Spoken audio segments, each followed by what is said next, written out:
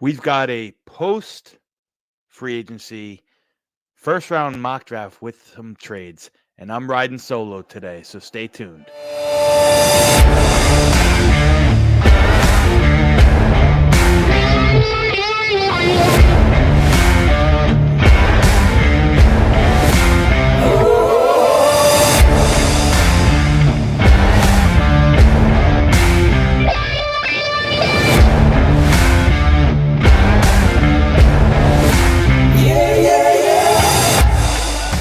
And we're back. Ladies and gentlemen, boys and girls, it's your friend Dom C here for another episode of the Draft Dodgers on the YouTube channel Project Prospect with Dom C. If you haven't done so, let's get that housekeeping stuff out of the way. Please like, subscribe to the channel. It does a whole lot. Leave a comment in the videos, helps the algorithm, helps get my stuff out to more of the masses. And I appreciate every single one of you that do that. Every single one of you that come in here and watch these episodes. So, like I said, I'm riding solo today. My co host isn't available, but I felt it was time. I felt it was necessary. I've been a little slacking in the content that I'm putting out because I've been getting pulled a bunch of different ways. So, I wanted to roll out my first really 2 week late post free agency mock draft. And I'm going to do some trades here with you guys and just shake it up. So, I'm going to go ahead and share my screen and get into this thing. What do you say? I'm going to start the draft. And I think the Bears selection has clearly been made for us, right? They traded Justin Fields to Pittsburgh. I knew it was going to be quarterback all along. To me, the obvious pick is to just sit and pick and take Caleb Williams. There's not a lot of discussion there. I don't think that there's anyone really that's going to press him, barring any major meltdown by Caleb Williams and his team. He's probably going to be lining up in the Windy City come summer, come spring, and be your next franchise quarterback for the Bears. So on to pick number 2. And this is where, some of the balls in the air, you got to read between the tea leaves, a little smoke season.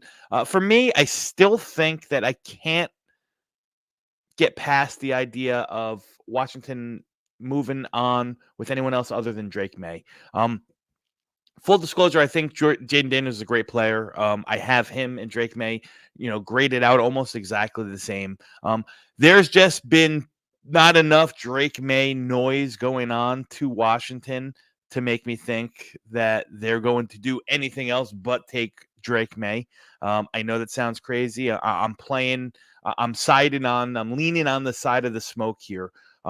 Drake May in that offense with the weapons, new coaching staff, new offensive coordinator Cliff Kingsbury. I think he's going to, kind of settle at home, and he's probably between him and Jaden Daniels. To me, I think the more ready prospect, the more guy that can come in and contribute right away, and that leaves New England on the clock here.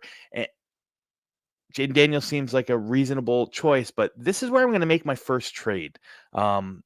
I'm going to go ahead and let Minnesota hop up here, right? I'm going to give them their first 2 picks. Minnesota traded up with Houston last week to secure a second first-round draft choice.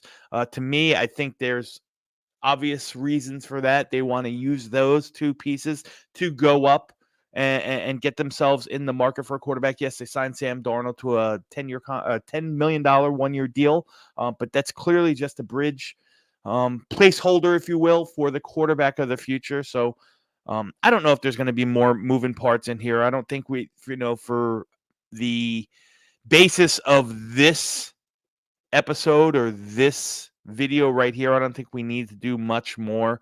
I'm going to go ahead and swap the 2 firsts for 1 first. There might be other minutia pieces involved. Maybe they have to throw in a third next year or something like that. But Minnesota's going to come up and Minnesota's going to take their player. And their player is going to be Jaden Daniels. Let me pop him up right here. Jaden Daniels is going to come in there. He doesn't have to come in and start right away. I still think Jaden Daniels, athletic prowess out the wazoo. We know how well he runs, that dual threat ability. I really like his arm. I know a lot of people are kind of gung ho, but I think he can make all the throws. I like more so even than Drake May how he progresses through his read and so on and so forth. I think he needs to get a little bit stronger. He might hit some bumps along the road, but I don't know with Sam Darnold there if you have to kind of force him into play. But Jaden Daniels is going to be a really nice new weapon. And listen, you bring that LSU connection between Jaden Daniels and Justin Jefferson. Maybe everyone is, happy, happy as a pig, and you know what. So I'm going to go ahead and move on here with the Arizona Cardinals. To me, I know there's a lot of smoke, and I know they're saying a lot of things like, "Hey, we're open for business. We're ready to go up. We're ready to go down." The whole nine. To me, I just can't figure out why they'd want to move on and risk taking, possibly the best player in this draft to Marvin Harrison. So I'm not going to let them. They have another first round pick later in the draft where they can still plug and address some different holes. But for me, you plug Marvin Harrison in here. He's your alpha dog. Wide receiver one right from the get-go. They obviously lost Hollywood Brown. They traded away Rondell Moore, who was, kind of a complementary piece, third, fourth receiver type. But they need that. They need that big, receiving threat opposite Michael Wilson, and Harrison just does everything very, very good. Like I said, probably the best player in this draft. Apples to apples, very smooth, consistent. Not going to have the straight line speed of guys like, A.D. Mitchell and Brian Thomas and Xavier Worthy, but very fast in his own way, in and out of his breaks. Sinks his hips, smooth, good hands, can, track the ball, does everything to a very, very high level. Expect him to be a force in the NFL in a real short period of time. So Marvin Harrison going to New England, or I'm sorry, Marvin Harrison going to Arizona, for me is just as good of a lock as you can probably find. And that brings the Chargers up here, right? And the Chargers, they can go a bunch of different ways, man. This is an interesting one with Jaden Daniels. I mean, with the quarterbacks going off the board here, the top three, in the first three picks, but with the third one being Minnesota, I think somebody could possibly come up here for JJ McCarthy. I really, really do. The Chargers just need some more help, but I don't know if I have a trade that, really, really makes sense. I thought about the Raiders. I know that they have Gardner Minshew. I know they're paying for 2 years. It's still kind of a bridge situation that doesn't preclude them from taking a quarterback. Denver desperately needs to get up here. I don't know if the Chargers are going to deal with Denver in the same division. Plus, I don't know if Denver has the capital here. And ultimately, I think I'm going to decide to stick and pick. The Chargers, man, interesting. I'm going to go a different way here, right? To me, I'm going to take who I think is the second best player in this class. Happens to be the same position as Marvin Harrison, and I'm just going to get a weapon for Justin Herbert and Malik Neighbors. Again, I really thought hard about tackle. Trading down is another good option. Obviously, there's they have so many holes on that defense. You need another tackle. You need playmakers. So many things that the Chargers can do in this Jim Harbaugh era as they're kind of, out with the old and in with the new, swallowing a lot of big cap hits here. They got rid of some of the, the big name players and Mike Williams and Keenan Allen. They decided to restructure and kind of take Joey Bosa and Khalil Mack back for maybe a little bit lesser than you thought, but there's still a lot of work to do. To me, you have the ability to get a guy like Malik Neighbors. You just put him out there and let him work. Let Justin Herbert work. You kind of know that Greg Roman. You kind of know that that Harbaugh is going to want to kind of pound the ball and control the clock that way. But you cannot go out next year with Quentin Johnson as really your only threat at the wide receiver position, and Malik Neighbors kind of offers you that ability to go out there, force a separation, wins at all three levels. does everything really, really good. Will automatically be the best receiver on that team, hands down. You can't leave Justin Herbert, who just paid big money to, out to dry. So for me, Malik Neighbors is a pick here, and it makes the Giants pick a little bit easier. I don't know if it makes it easy. And Giants fans, if you're watching this, you might not agree with this, but I think it's going to be J.J. McCarthy in this scenario, right? Obviously, they need a number one receiver. And Rome Odunze might fit that bill. His, that traditional X prototype build that he has is opposite of any other receiver in that room. So, he was under consideration, but it's clear to me as this goes along, the Giants are going to not only need to, but the Giants are going to want to address the quarterback situation, whether it's this high in round one, with a JJ McCarthy or a Jaden Daniels or something like that, or if it's early in the second round, or maybe they trade back up into the end of the first round and try to take a Bo Nix if he's fallen, or a Michael Penix or something like that. To me, the writing's on the wall that they know they got Daniel Jones. I don't know if everyone is sold on Daniel Jones as a future, so I expect some competition from early and often. And for me, you get a guy like this in JJ McCarthy. I happen to be a real big fan. I think he's got the moxie to handle New York. I think, the guy's a proven winner. He's done nothing but win throughout his career. Yes, he wasn't asked to do much, in regards to throwing the ball a lot at Michigan, but he has the arm talent. He has the mobility. He's got the, the plus instincts, all that stuff. It just, to me, the plan is set that he's going to be a much better professional player than he was in college. I really, really believe that. And this is kind of a perfect situation that he falls into, is that he's not force fed, to have to start right away. Although, he could obviously push Daniel Jones, come the midway point of the season. Later on in the season, I think he could push Daniel Jones, but you don't have to force him. You can even give him a redshirt year if everything works out well. But I think Joe Schoen and Brian Daboll are going to really take this opportunity and kind of reset themselves and take the quarterback that they like here, and that take their quarterback and maybe bide some more time in the rebuild and their New York Giants careers by plucking JJ McCarthy here. Leaves me on the board at Tennessee here at number 7. To me, this is kind of a no-brainer. I think everyone's still on the board. Everyone's on board with the same thing. It's left tackle. It's Joe Walt. I'm not going to think too much or get too involved in it. Arguably the best tackle on the board. I know some people will think differently, but I think you plug and play him in there on the left side next to Peter Skoronski, and you got your left side of your offensive line secured for the next 8 to 10 years, and you don't really have to flinch. Maybe not as high as a ceiling as some of these other tackle prospects, but definitely a lot higher floor. Definitely, a guy who's going to produce early and often and throughout his career in the NFL. To me, a no-brainer. Joe Walt, Tennessee. You're a Tennessee Titan. Leaves us on the clock with the Atlanta Falcons. I'm going to go ahead and just like everyone else and take the first defensive player off the board here. You need some help on the edge. Dallas Turner seems to be the popular pick here, and it makes sense.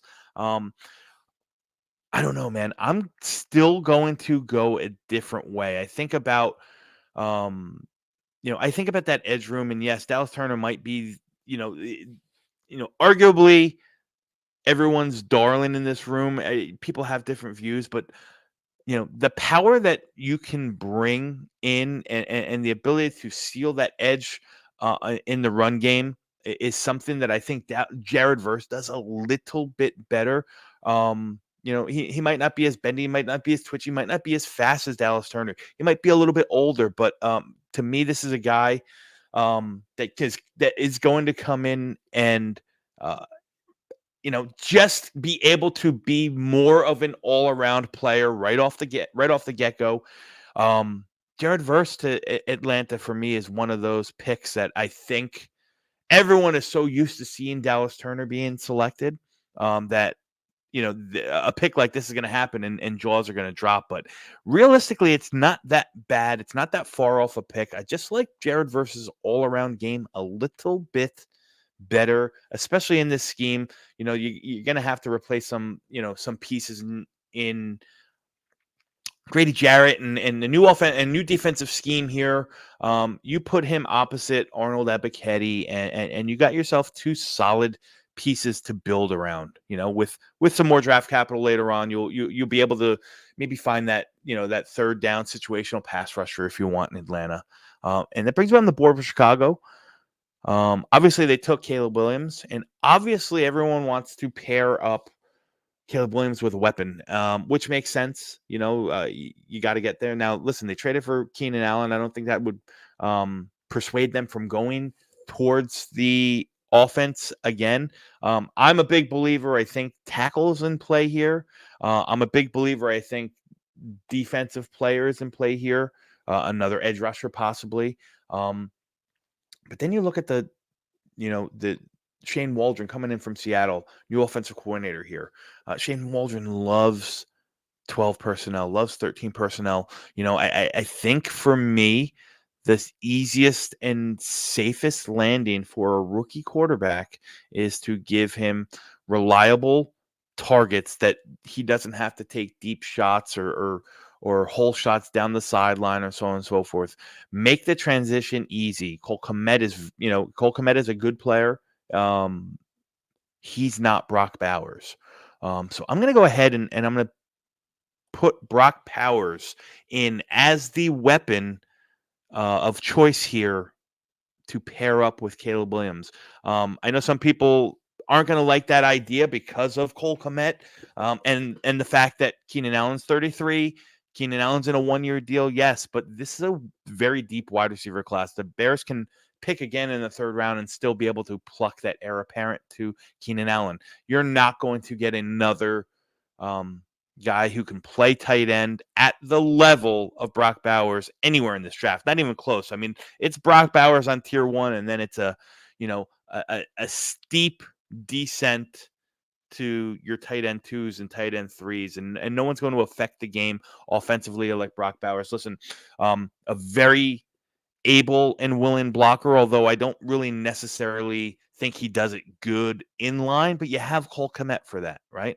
So you get a guy like that in space, the yak ability that he has, pretty reliable hands, can run a vary of routes and just going to be a real kind of cherry on top for the Shane Waldron offense, which is going to look very, very different. Now you have a backfield of Rashawn Johnson, and DeAndre Swift there. You have two capable tight ends in Cole Kmet and now Brock Bowers. You have DJ Moore. You have Keenan Allen. A new quarterback, calling the shots, and Caleb Williams. Like, Chicago's offense could be, cooking with heat. There's still some more work to do. But to me, I'm going to go ahead and kind of take a guy who is very, very good in Brock Bowers, probably the best overall talent left on this board. Some are going to argue with that position, but position versatility. I mean, position value is going to be not worth it, but to me, it just makes sense. Like, Shane Waldron's going to love this. So, Brock Bowers, you are a Chicago Bear, and leaves me up with the Jets, obviously the team that I root for. You guys know that all. And I want to preface this by saying I am on team offensive line here. I think they've done a wonderful job in free agency, plugging some holes. They brought in 3 new starters. I don't think the job is done.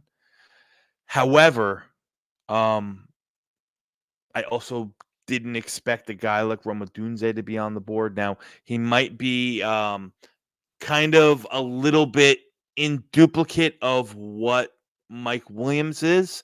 But I think there's some versatility that having a guy like Rome Odunze on the field with the Jets can help you with. You can move Garrett Wilson inside to the slot for some scheme or some formations, and kind of let him use his, superb agility and route running, on mismatched, slower guys. Get him off of that press man stuff. You put another, very, very skilled contested catch guy outside of Mike Williams.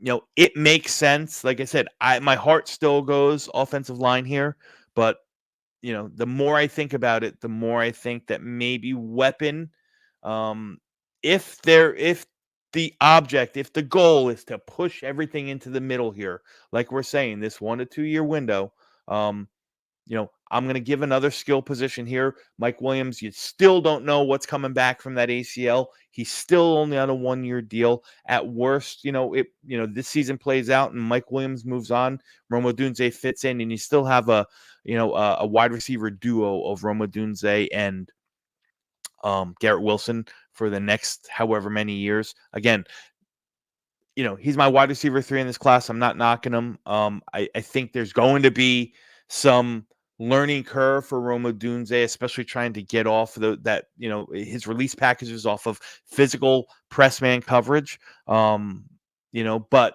what he does offer you can work really well in this offense. So I'm going to bring Rome Odunze in, and he's your new New York Jet, and that leaves New England on the clock here, who traded back from 3. Like I said, we still need a quarterback. They got Jacoby Brissett. He's going to be your bridge guy. I'm going to worry about quarterback later. This line has been decimated, and for me, there's no other way to go here than plugging away at this line. I'm going to give them Olu Fashanu, excuse me. Olu Fashanu can come in and play day one. I think he's a plug-and-play starter at left tackle. There's no ifs, ands, or buts. He's not the strongest. Not going to really affect. Still needs some growing to do in regards to his, in the phone booth. Displacing people in the run game. That's not what his strongest point is. He's a very, very, a very, very high end, very good, adept pass blocker. He's got the length, checks all the measurables. Still can clean up his technique a little bit, especially with that passive inside hand of his. But you put him in New England with good offensive line coaching that can kind of groom him, and he's a guy that I think it's going to be a stalwart on the left side, protecting the blind side of the quarterback. For the next 13, 14 years. Because he's only just turned 21. Like Olu Fashanu is going to be a long standing member of the New England Patriots offensive line. And that leaves me on the clock here with Denver. So what I'm going to do here, like I said, Denver's in a tough predicament. I know they're swallowing the big salary cap pill really hard right now. They're trying to take it all in and get it over and done with. But right now they only have Jarrett Stidham as their quarterback. I don't know if this. And listen, I could be wrong, and they could just go ahead and pluck the guy that they like here.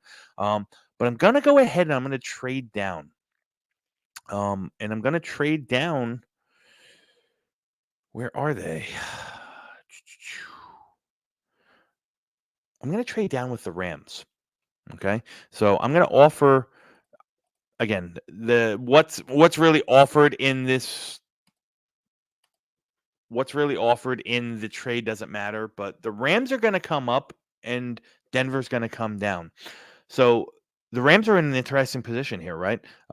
They have Matthew Stafford.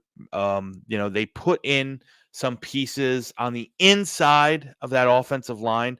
They obviously have to replace Aaron Donald. I know everyone's going to be dying to get this, and that might very well be the way they're looking. But for me, I'm still going to continue to build that wall, right? They brought into, the guards and Steve Avila at center seems to be locked in place. I think they still need a left tackle here, or at least somebody that could challenge this year and definitely be a left tackle of the future. So for me, I'm gonna go ahead and draft Troy Fontenot. Again, he's got inside outside versatility, the 34.5-inch arms, check the boxes. All of a sudden, he moved from a really, really popular guy to play, to go late first round, early second round on the inside, to now he's the buzzworthy name here. So I'm just gonna ride that buzz. Again, for me, I still think he's much better inside than he will be at tackle. But you put him on the left side, whether it's in year one or the left tackle of the future, with all the work and all the money that they spend on the interior of that offensive line, you're going to give Kyren Williams, you're going to give Matt Stafford, you're going to give Puka Nacua and all of the offensive weapons that are there in Los Angeles, a lot better foundation to work on. Still need to address some pieces on the defensive side. Yeah, they need to bring in another cornerback. Yes, they need to replace Aaron Donald. I guess you're hoping for another step up from Kobe Turner, and you got some depth that can be plucked away later in the in the later rounds in defensive interior. But I don't know if you're going to find a guy that kind of fits the bill like Troy Fontenot for that offense right here and right now. And that leaves the Raiders on the clock, who's another team who I completely expect to go that could go a couple different ways. But again, another team that I'm going to stick to the offensive line. They're just flying off here. Talise Fuanga from Oregon State's going to be the pick here. Right tackle, Jermaine Illuminor gone. Maybe some might say for the better in Las Vegas land, but Tali Fuanga comes in and, he's probably a day one starter, right? That right tackle. And at worst, if it doesn't work out, you got a kick-ass guard to come up. But man, the guy is strong. The guy is physical. We talked about the lack of displacement of defenders in the phone booth for guys like Olufashino. That's the opposite for Fuanga. He's going to move guys. Not the best feet laterally. I still question him in those deep sets that might be asked of him to those 7-step drops. I don't really like. He gets a little bit off balance during his kick steps when he's going to hit his mark. So I got some questions on that. Again, no prospect is perfect. These guys are going to have to work through some stuff, but AP is going to run the damn ball there. So I expect them to just line up and power right behind Tali Fuanga on that right side. To me, again, I love the pick. Leaves me on the clock here with the Saints, who's another team that could take tackle. But before I do that, I think I'm gonna, I'm went the wrong way here. I'm gonna think about trading down again here. We haven't seen any cornerbacks taken off the board, so there's a bunch of cornerback needy teams, and there's one that has a slew of extra picks. And it's not the Miami Dolphins, it's the Philadelphia Eagles, right? So I'm going to go ahead and give 22 and 53 to the Saints. And I'm going to get 14 and just say I'm going to get back, I'm going to get back this pick here later in the draft. And I'm going to offer that. I'm going to let Philadelphia come up and really get their make their selection, get their pick of the litter in regards to the cornerback room. Man, in this defense now, this Fangio defense, you can go a bunch of different ways, right? And I know that everyone's going to have their own opinion on which way to go. Terrion Arnold offers a lot of that inside-outside versatility, but man, I think about this cornerback room, and I think about Vic Fangio, and I think about him bringing pressure all over the place. He's going to want some really, really good man coverage. To me, I know that Quinyon Mitchell played a lot of off-man, a lot of zone at Toledo, but he showed that he's got the ability, showed at the Senior Bowl in limited opportunities, that he's got the ability to come up and press and stick on anybody. Quinyon Mitchell's going to be my pick here for Philadelphia at 14. And man, I think that the Colts are, maybe a little bit annoyed because, God, that would have been a perfect blend, but they need help on that. They need help all over that defensive backfield here. Juju Brents, is he the real deal? I know they just paid a ton of money, a second highest paid slot corner now. But they need help in the defensive backfield. They need another corner. They need one, maybe two playmakers at the safety position. So Cooper DeJean, interesting. Now, full disclosure, I think Cooper DeJean is probably going to be more, slot or post safety than he is an outside cornerback. But a lot of people that I know and that I like and that I respect think that he could play on the outside as well. Scheme dependent, I'd put him out there, maybe playing in a in a cover four, a zone off man coverage. I'm fine with him out there, but I really like I really like Cooper DeJean's athleticism coming in, being that safety. You can play him up or down in the box or outside the box in single high. He can come up and he can take away people in the slot if you need him to. I know they got Hilton there as well. But Cooper DeJean is that true Swiss Army knife that can really just be that influx of talent to the defensive backfield for the Colts. It leaves me on the board here with the Seattle Seahawks.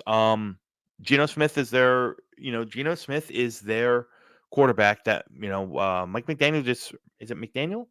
The new coach. He just came over from the Ravens. Why I can't think of his name. He just came out and he said that that's going to be the guy. Interior of the offensive line. I've mocked JPJ to them 1,000 times from Wednesday. They definitely need a guard, maybe two. But that position's a little bit deeper. I'm going to go ahead and here's where I'm going to pluck Dallas Turner off the board for Seattle. Man, you put him and Boye Mafe outside opposite each other. Just some more guys to go at the quarterback. I know they re-signed Leo Williams. He's more of that 5 tech. He's gonna lock down. He's gonna stuff the run. He's gonna help there. But now you bring in some extra speed in Dallas Turner. Turner's also comfortable and flexible enough. If you ask him to, drop off into a zone and play a little bit of zone coverage, he can, but that's not really what he does. He's a guy that's going to be one of those mismatched nightmares. You can line him up all over, from outside wide 9, to floating over floating in a 2-point stance outside the edge of the tackle to over the guard or so on and so forth. He's just going to be able to be that movable chess piece for this defense that McDonald's going to want and McDonald's going to utilize. I really like the fit. Like I said, I know it's a little bit later than everyone's used to because they're used to seeing Dallas Turner come off the board quickly. But yeah, the fit to Seattle makes sense for me. Jacksonville is on the clock here. Jacksonville has a lot of money tied up into the wide receiver room. Jacksonville could also use another corner. Jacksonville could also probably get away with, maybe another interior lineman. You bring in another defensive interior as well. I know they just signed, Eric Armstead to some big money. So there's a bunch of different ways. But man, look at that. You look at the team, and if you think about the Jacksonville Jaguars, right? You got Travis Etienne, and you, you got Travis Etienne, and you got the Golden Boy, right? You got the Golden Boy, Trevor Lawrence, and it's still Trevor Lawrence's team. They just brought in Gabe Davis. We know that they paid Christian Kirk because he's a good receiver. How much more juice does Zay Jones have? They lost Calvin Ridley. Some say they might have botched that a little bit. To me, this is where I'm going to bring in another receiver. Yeah. I'm going to go ahead and pluck Brian Thomas. He's not my wide receiver 4. He is not, but I think he gives you that, that with that 4.3 speed, tall guy, gives you that deep threat that, can help opposite Gabe Davis, opposite, now you got Gabe Davis and a guy like Brian Thomas on the outside. You can legitimately have Christian Kirk man the middle. You still have Evan Ingram, who's utilized as a big slot. Gives you some more opportunity. I think Brian Thomas Jr. right now is probably, better than Gabe Davis, if we're all, if we're being honest here. And again, it helps you where you go from here. Zay Jones isn't going to be on the team long term. This is a good building piece. I think you still got to give Trevor Lawrence some more weapons. Bengals are on the clock here at 18. I know that they just made a couple moves. They signed Trent Brown to a relatively team-friendly deal. I don't know if Trent Brown's the answer. I do know that J.C. Latham's a phenomenal tackle. You guys have heard me talk about it. He's right up there with Olu Fashanu as, my second-tier tackles. I think I have him at tackle 3 in the class right now. But he's graded out very, very similarly to Olufashanu. To me, it's a steal. It's a plug and play guy at right tackle, dominant force, strongest guy in the class. I think he's as good in pass pro as he is at in run blocking. And I said, in a pinch or next year or when you decide to move on from Orlando Brown, you can slide J.C. Latham over, and I don't think there's going to be much issues or much questions with that. So J.C. Latham is going to go man the right side for Joe Burrow, and that new look Cincinnati Bengals offense. And that leaves me here on the clock at 19 with Denver, traded back with the LA Rams earlier. And now I'm going to go ahead and I'm going to pluck their quarterback here. And Bo Nix is the guy. Bo Nix is the guy I would have taken at 12 probably. He just seems like a Sean Payton guy to me. Listen, they need to do something. This might be a bit of a reach. Quarterbacks always get reached for. That's the reality, guys. We have to deal with. We have to understand that people are always going to draft quarterbacks higher than where they fall in. Now, listen, I think he's got a good arm. There's no doubting his his ability out of concept or on the off script or rolling out. Like Bo Nix is an athlete. Bo Nix is really good. He's not the dual threat that Jaden Daniels is, but he can make some stuff happen with his feet. Just want to see him play quarterback a little bit better, right? A little too much check down Charlie in college. I want to see him be able to stand in there and get through his progressions and utilize that above average arm to hit his targets in NFL windows. Do I think it's going to happen, right from the get-go? The jury's still out on that, if I'm being honest. But I think that, rock in a hard place here Denver's in. They don't have much of a choice. So they're going to hitch their wagon here to Bo Nix. Leaves me on the clock with Pittsburgh. And Pittsburgh, I think, is an interesting spot as well. I think there's a couple different ways they can go. For me, I'm not going to let them get past the cornerback here, Terrion Arnold. Now, I know they made they made a trade with Carolina and brought in Donta Jackson. Terrion Arnold can play in the slot. He can transfer over to the outside. Terrion Arnold is a lot of people's number one cornerback off this class. There's not a lot that he doesn't do very well. To me, you could have taken him. The Eagles could have taken him at 12 when they traded up, but I just really like the fit of Quinyon Mitchell in that Philadelphia Eagles defense. Terrion Arnold here playing opposite of Joey Porter Jr., and in the mix with Donta Jackson as well, gives you a little bit of flexibility. And he might step in and throughout the first year you come to realize that he's probably the best cornerback that you have in this room. Just smooth, does everything exceptionally well. Smooth, fluid hips, good anticipation, breaks on the ball, ball skills, something that you want to see out of your quarterback, out of your prospective cornerback one of the future. And again, put in a situation with Tomlin with a good defense where he's not going to be, he's going to be asked to do his job, right? You got some pieces in place there. Terrion Arnold just makes that team and makes that room better. So he's going to be the pick here for the Pittsburgh Steelers. And that brings me on the clock with the Dolphins. Dolphins can go a bunch of different ways, man. And I'm going to say it here. I'm going to say it now. Like, I'm not opposed to taking wide receiver for this team right here. As a matter of fact, I think I'm going to take wide receiver for this team right here. I'm just going with my hunch here, man. Tyreek Hill, this is really probably the last year that you're going to have him. I'm assuming they're going to get out of him next year relatively scot-free. He is getting older. He's still very productive. He's top 5 receiver in the league still. But you have him. You have Jaden Waddle coming under contract. There's not much in the receiver room outside of there. Can you imagine what this team would look like with Xavier Worthy, man in the slot, and Tyreek Hill and Devon Achane and Jalen Waddle, and all this speed coming at you from every direction?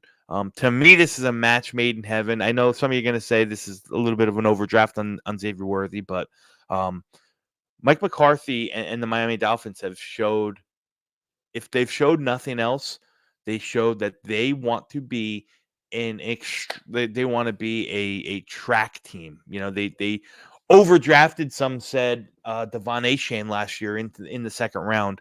I think Worthy's a very good receiver nonetheless. Yes, he's very fast, but I think he's a very good receiver. On top of that, can win at all three levels of the field, but will really does, just a jitterbug in that slot. Going to open up, Tyreek Hill and Jalen Waller are going to open up a lot of stuff for Xavier Worthy and vice versa. I mean, it's just another element of really, really good, fast players on the field on a track team offense. To me, this is a match made in heaven. You still got to address some interior stuff. You still probably got to bring in another running back. You still got some defensive. Is Cam Smith the answer? For X-Man that who's no longer on the team in the defense. I don't know. Time's going to tell. But for me, this is a match made in heaven. So, Xavier Worthy is going to be my pick here for the Dolphins. 22 here for the Saints. You still have the Trevor Penning experiment, which has just been a pretty ugly. Yeah, it's been pretty bad. Now, you picked up some more capital. So could you address the offensive line here and maybe, address the wide receiver room there? I still think they need a true number one wide receiver next to, Chris Olave. And I was going to take A.D. Mitchell here, but knowing that they made that trade back and you got that extra second rounder pick number 53 from Philly, I think that the wide receiver, you'll be able to pluck yourself a good supporting wide receiver in that area. So I am going to go ahead and I am going to take an offensive tackle for them. And yeah, it's going to be Armarius Mims. I know this is a big gamble here because the guy has only had 8 starts in college. The guy only has had 800 snaps in college. He got hurt had that tightrope surgery on his ankle this year, then gets hurt in the combine while he's working out. Doesn't work out at his pro day because he's nursing the injury. But the upside and the traits that this guy has and his 36-inch velociraptor arms and 330 some odd pounds, 340 pounds. Guy moves like he's 240 at 6'7". I think you can, even if you want to, start or let him and Trevor Penning battle it out for the left tackle. And if Trevor, steps up and improves his game, which I probably don't think he will, you have Armarius Mims to pop to the right side to back up Ryan Ramczyk, or you can have Armarius Mims start on the left side and you push Trevor Penning into guard and just fortify the left side of that offensive line even more so than it is right here. You do need an Andres Pete replacement. For me, Armarius Mims is going to be the pick here. I'll worry about the wide receiver in the second round now that they got an extra pick. And that brings me on the clock here with the New England Patriots. Who do we take the first time? We took Olu Fashanu. Still some work to do on this offense. Could they plug a quarterback here at 23? It could make sense. Not gonna lie, it's not the way I'm gonna go. I'm gonna look to bring in some more weapons. And for me, one of the guys I've absolutely fallen in love with during this draft cycle is A.D. Mitchell. And this was pre-combine. I've had A.D. Mitchell right up there. Again, I think he's a perfect blend of, if you took CeeDee Lamb and you took T. Higgins and they had a baby, you'd come up with a guy like A.D. Mitchell. Athletic freak, red zone threat, contested catch, can win on contested catches. I love what he does off the line of scrimmage. Good release package. Reliable hands. Still needs to develop into a more of a nuanced route runner, but that's going to come. Again, this is to me a long term. Not super long term, but it's not a team that's going to really press or look to win right away. You got some rebuilding to do here. And you get a guy like AD Mitchell here. To me, again, no brainer. I'm going to pluck him off the board every time for a team like New England that needs that true vertical X, prototypical X build guy. AD Mitchell is a great player. I think he's going to be one of the better wide receivers to come out of this class. I mean that wholeheartedly. Cowboys are on the clock at 24. Bunch of different ways they can go. They got to replace Tyler Badiash. How do you say his name? I forget it. Tyler Badish, the center who signed with Washington now. So, yeah, I think that's the way I'm going to lean, man. There's a bunch of different ways to go here. Jackson Powers Johnson is still on the board. To me, that probably makes the most sense. Then you got Graham Barton, who is also very versatile offensive lineman. He can play center, he can play guard, he can play tackle in a pinch. What are you doing on the outsides here for Dallas? Like, is tackle replacing Tyron Smith the more important than what happens on the interior of the line? But for me, I'm just going to stick right now, and I'm going to stick with my guns here, and I'm going to take what I think is the best offensive lineman left on the board here in Jackson Powers Johnson as your Tyler Badiash replacement. And even if listen, he's not going to hurt you. Jackson Powers Johnson is a dominant force. His recovery ability, even when he's beaten pass rush, his core, his core strength. He's got vice grip for hands, dominant in the run game, dominant in the pass game. Again, a guy who's probably going to be an all-pro sooner rather than later, pushing, the Tyler Linderbaums and the Creed Humphreys of your center of the future. That's the type of talent this kid is. And at 24, this is a really, really good soft landing spot for him. And that leaves the Packers on the board. A bunch of different ways they can go here as well. Offensive line needs some little depth, but they got some early draft pick. They got 2 draft picks in the second round as well. They own the Jets, so I think you'll be able to build some depth there. For me, it's a guy like Byron Murphy on the board here to kind of plug in that interior of that defense. Right there, whether it's inside at 3 tech or sitting at 4 5 tech if they run odd man fronts. I think Byron Murphy can do a little bit of both. I know he can do a little bit of both. He can offer pressure from the inside, from the outside. Build. Plays low to the ground, plays with leverage, does everything that you want out of your interior guys, but especially push the pocket and bring pressure from the inside or the outside. Byron Murphy's going to be my pick here. At least Tampa Bay on the board here. I don't think this board could have fell any better for Tampa Bay, right? I'm going to not even think about it. Latu here. Play him opposite of Yaya. You got Joe Tryon. He's going into his last year. I don't know if they're going to, bring him back long term. I could be wrong on that. I don't think they brought him back long term yet. But yeah, you got probably the most polished pass rusher in the draft here. Fall into your lap at 26. It's a no-brainer here. And the Cardinals are back up on the clock here. And we took Marvin Harrison for them the first time, and now I'm just going to go ahead and I'm going to plug Johnny Newton, right? Interior defensive help. He's a guy that, again, probably one of the 3 or 4 best defensive talents in this board to fall at 27 at a position of need, at a position where you need to build some depth. You know how important that 3 tech is in that defense, and Jerzon Johnny Newton can do it all. I thought at times he was the most dominant defensive player on the field last year. Just the way he can stack and shed the blockers, stall those, hit plays in the backfield, hit runners in the backfield, press the quarterback from the inside.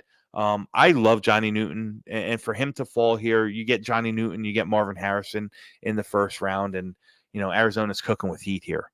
And that leaves the Bills on the clock here. Bills can go a bunch of different ways. I still think edge is a need. I still think defensive tackle's a need, although with these two in Byron Murphy and Johnny Newton coming off the board, 25 and 27, they're probably going to look a different way. So I don't know what the edge board looks like here. Yeah, I don't know if Darius Robinson probably is not going to be a guy that I think lands in the first round. I don't hate cornerback here. I know everyone's going to want wide receiver for them, but I think you still got some talent. You got a really deep class here.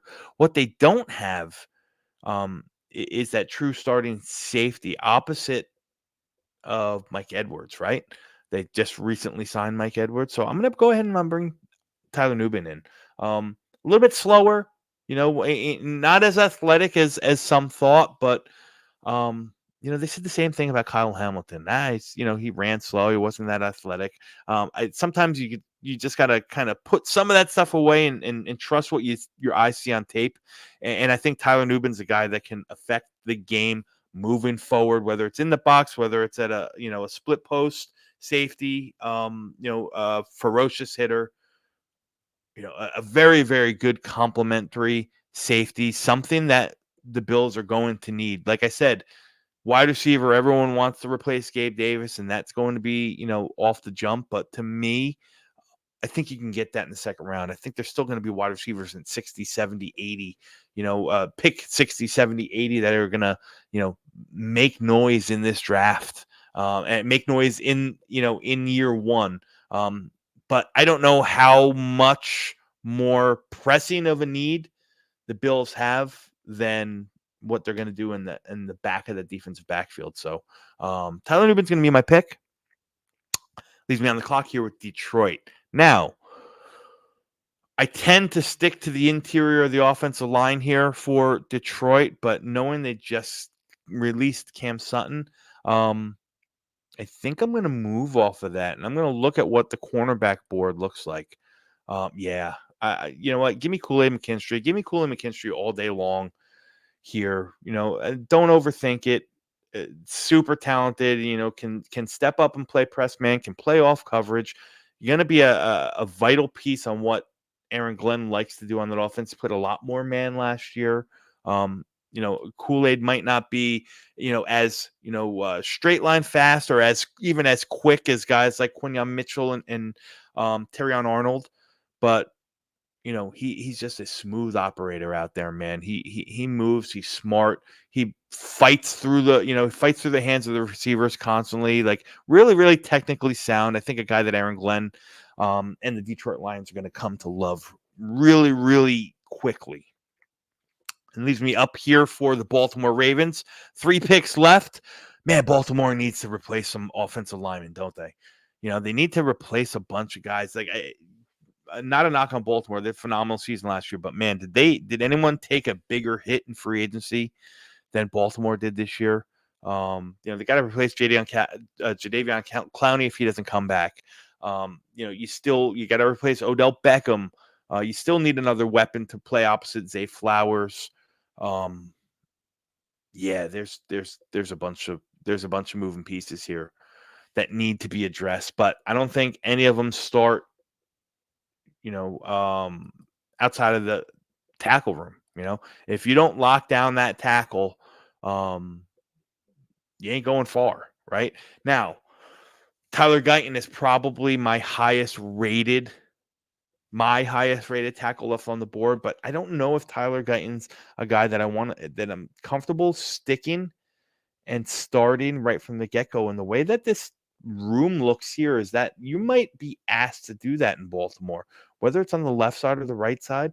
I think I'm going to lean Jordan Morgan, right? I think Jordan Morgan can come in and, listen, I think he's going to probably end up, his home will eventually be left guard.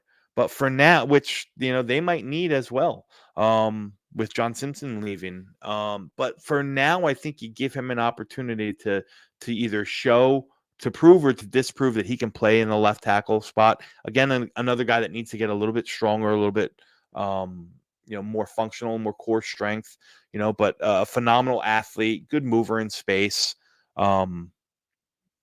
Just a good football player who's fallen into a position where good football players are needed, right?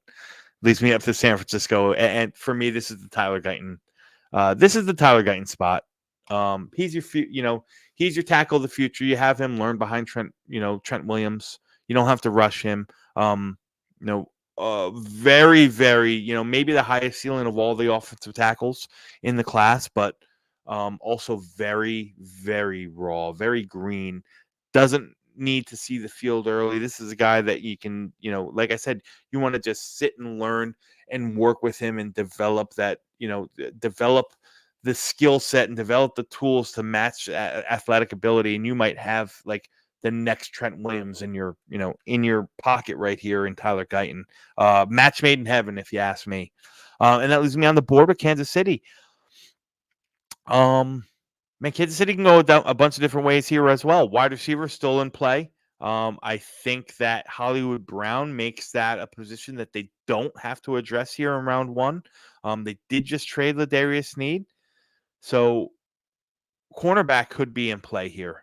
And I think that's what I'm going to do. I'm going to go ahead and I'm going to give Nate Wiggins. Nate Wiggins is a guy that I fell in love with early on in the cycle, and I still like very much. It's just like there's some other cornerbacks in this class that I've just taken a real liking to. Like I said, Kool-Aid McKinstry, I think is somehow getting slept on. Obviously, Terrion Arnold has become the bee's knees. Quinyon Mitchell, I'm a big fan of Cam Hart, but there's some dog in that. There's some dog in him in Nate Wiggins is what I'm saying. Like I said, he can turn, he can run, he's got enough ball skills. I think he plays physical, he plays bigger than what he really is. I know he weighed in really small, and that's going to probably hurt him. That might drop him into the second round. But if you want a guy to come up, he can play off man, he plays with anticipation. You want him to come up and lock down on the outside and play press. I'm fine with him doing that as well. Like I said, there might be guys, Cam Hart being one of them. I think that might be a better scheme fit, but you get a guy that plays as hard and as smart as Nate Wiggins, in that defense, man. I don't think you're going to miss. Well, I shouldn't say you're not going to miss Ladarius Sneed, but it's just a position now that you're going to need to replenish, and you're picking 32nd for a reason. You got a good team, so keep putting good players into good teams. So that's my first round draft. Had a couple trades here, guys. Like I said, Minnesota traded up. I thought that was a big one. The Rams trading up. Because F those picks is what they always say, right? I had a couple other trades, didn't I? Had Philadelphia trading up, and then we kind of kept it cool, calm, and collected. I thought about obviously trading up, having a team come up from the second round to take Michael Penix. I think that's a real possibility. But for now, this is what I did here. Some typical picks, some picks that maybe you didn't think was so typical. But yeah, let me know what your thoughts are. And again, if you haven't done so, and I'm going to say it over and over, go ahead to YouTube, Project Prospect with Dom C. Hit the like, hit the subscribe, hit the bell for notifications, do all that stuff. Help a brother out here, man. I put this content out for you. I want to get to more of the masses, So without further ado, that's a first round mock draft with trades. Going solo today without my co-host. Hope you guys enjoyed it. Stay tuned for more. We got another 30 days of draft content coming up. Thanks for watching, guys. Until next time.